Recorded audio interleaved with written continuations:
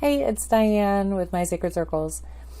So many people who do runes often wonder if there is an association with tarot, and I think there's never really been anyone that has been able to prove any substantive thing on, like it was there a one-to-one or anything. But I wanted to see how closely the 24 runes in the Elder Futhark runes correlated with the 22 cards in the tarot deck. So you've got two extra there that would be unaccounted for, but some of them are so close, you're like, there has to be a connection. And so I just wanted to see like how many I could connect up. And so I started with the Freya Et. And the Freya Et is the first Et in the Elder Futhark. And that is, Freya is creation. So, here, let me grab my runes here. Sorry. Okay, so we start with Fehu. And this is the symbol for cattle, and it means wealth. And this is the first rune in the first Et. And it carries a big bang energy to it. The fact that it is cattle, the beginning of the Norse world started with the Dumla, which was the humble cow, and she was very nurturing. Rivers of milk flowed. There was a sense of abundance and a gentleness about her. And so I find this a very wonderful thing in its upright position. Anyway, so Fehu is big bang energy and wealth, earned wealth, and just a sense of, abundance. So, and I came up with the Lovers. So for me, like this one really, like I liked how the sky was really like a big bang kind of feel to it. It was really exploding. And if you look at the man's feet, they're pointing in different directions. He has a choice that needs to be made. The Lover's card really is about, what do you value? You have to make decisions, and it is a time of something new coming into your life. It can be romance, it can be love, it can be some form of a union, or it could be something else. But really it is about, making choices and what do you value. And that's, as far as Fehu being, wealth and, what is valued, and the big bang of new beginnings. That's why I chose the Lovers. The second one is Uruz. Uruz is a symbol for aurochs, which is the wild ox that was way back when. It became extinct in the 1600s, and it was really huge. It was feared, and people had a fascination with it. And that's why it is now extinct today, because it was heavily sought after. It provided a lot of meat. It was very strong. It was very fierce. And this symbolizes that strength of the aurochs. So you have the humble cow, and then you have the wild ox, So this is either raw, primal energy. So it's strength and vitality, good health, but it's also like strength of character and, needing to draw upon strength. And it's, having something that is feared and yet you're fascinated by. So that's how I see Uruz. And because of that, I chose the devil. Now, a lot of people would have chosen strength because Uruz is, the strength rune. But for me, I felt like it more closely resonated with the devil. And I think that's because of the story of Pan. For me, Pan was a nature god who, when he was born, my cat's going crazy all of a sudden on my lap. Sorry. So he was a nature god. When he was born, he was so hideous that his own mother was afraid of him. And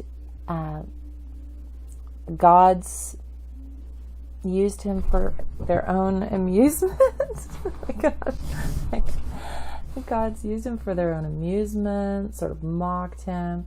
But Pan had these beautiful abilities, and sometimes he was taken advantage of too. So if you look, he's playing his musical instrument, and here they're imprisoned, they're in chains because of the lure of the playing, of the instrument. So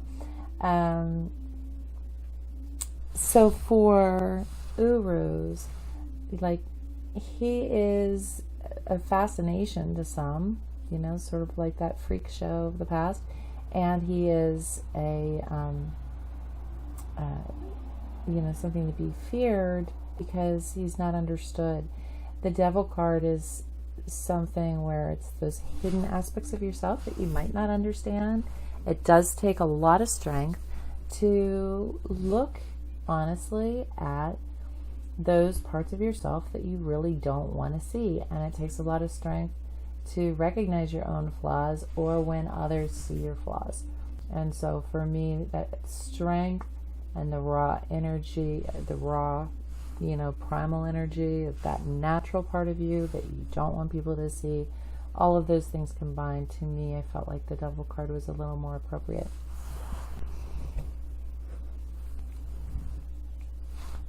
Thorazaz is Thor's rune, and it's like a P, only there's an extension going upward beyond the P. And I look at this as a thorn, and some people look at this as Mjolnir, Thor's hammer. This represents giants and thorns and conflicts in nature and the battles that Thor would have. If you think of this as like a warning that there's going to be something you need to take care of. It's like a delay, something that's going to slow you down. So when I think of this as a thorn, thorns can either be protective, if you have them around your house and you don't want people coming in and they had to go through the thorns, they'd have to really work for it. But if you had to go through them yourself, it's going to slow you down and it's going to delay you. It's not to say that you're not going to get out and you're not going to be able to do what you need to do, but it is something that you're going to have a little bit of difficulty with. And so that's where I see Thorazaz, and that's the gist of Thorazaz. Where's my okay? And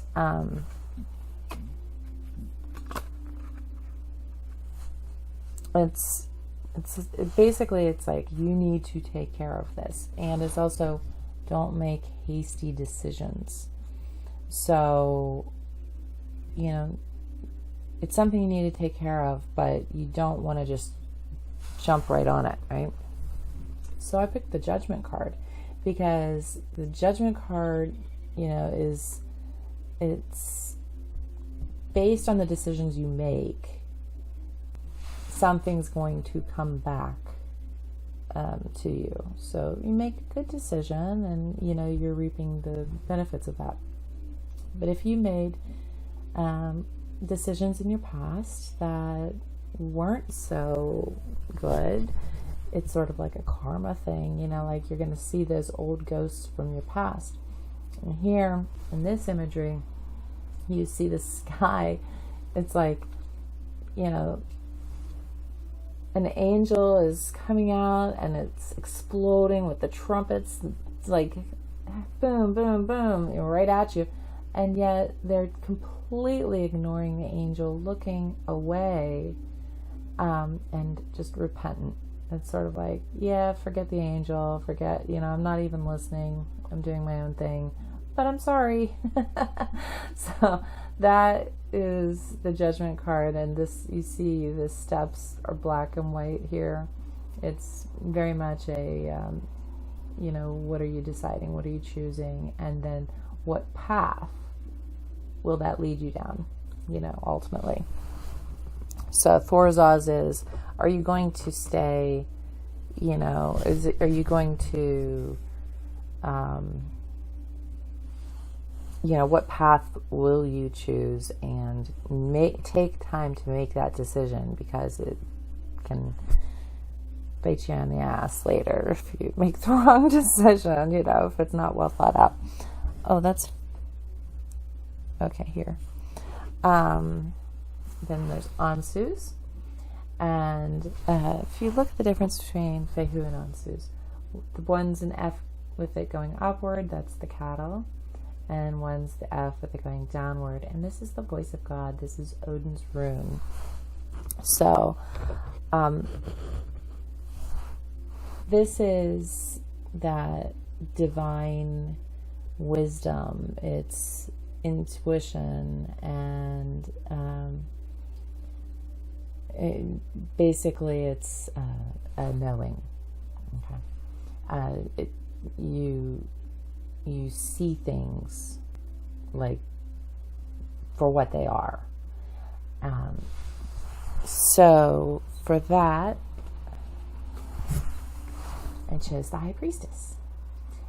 She embodies divine wisdom and intuition. And so it's not book knowledge, it's knowledge that you receive from your higher self, or from God, however you choose to see this, but this is a divine wisdom.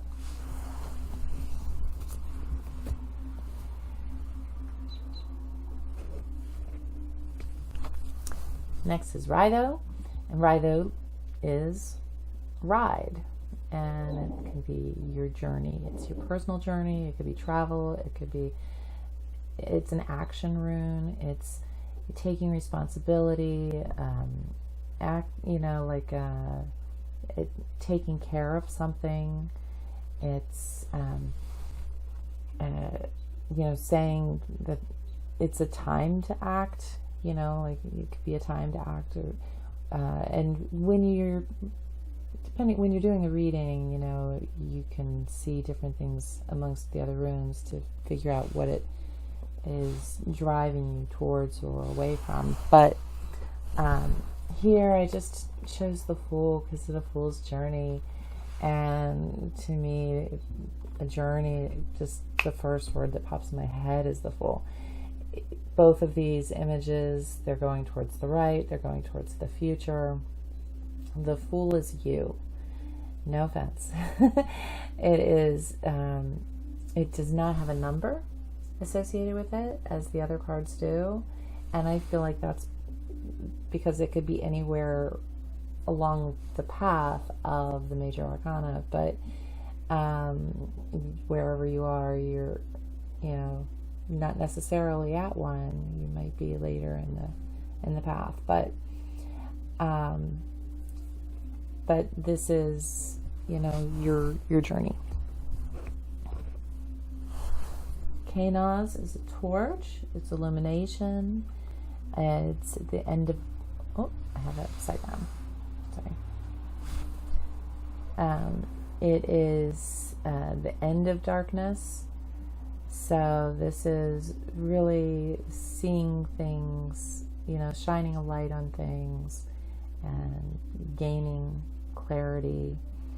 And I chose the Hierophant for this one because this is, like the Hierophant, instead of the High Priestess, where the High Priestess is like a divine wisdom, this is like book knowledge. This is learning, like a time to learn. And it is like something where it's getting out of ignorance and stepping into knowledge.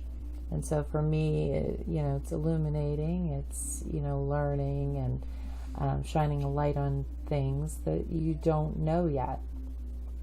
Now, for this imagery, which I absolutely love, you have your centaur, and they're in the back part of them is in a cave, and that's their animal part, and they have a torch. They're coming out of the cave, and that's the human part of them. And the human part of them not only is holding a light, but they're holding a scroll. So it really represents, and centaurs are very intelligent, so it really represents, learning and knowledge and intelligence and awareness, things that you can learn and skills that you should develop and things like that. Here you have the wisdom of an older man, and you see the monks. The monks down here are interested. The Hierophant in this deck is the Pope. And so you have the monks down here seeking guidance from the Pope. And the Pope is looking not at these monks. He's looking to the right. He's looking to the future. And so it's sort of like he's guiding you towards where you should be going. Next, we have Gabo, which is equal partnerships, equality. It's giving and receiving. So in Viking culture, it was very important to, let's say you're going to dinner, to someone else's house. You're bringing the wine, that you don't show up empty-handed. And let's say someone came to you asking for food and stuff.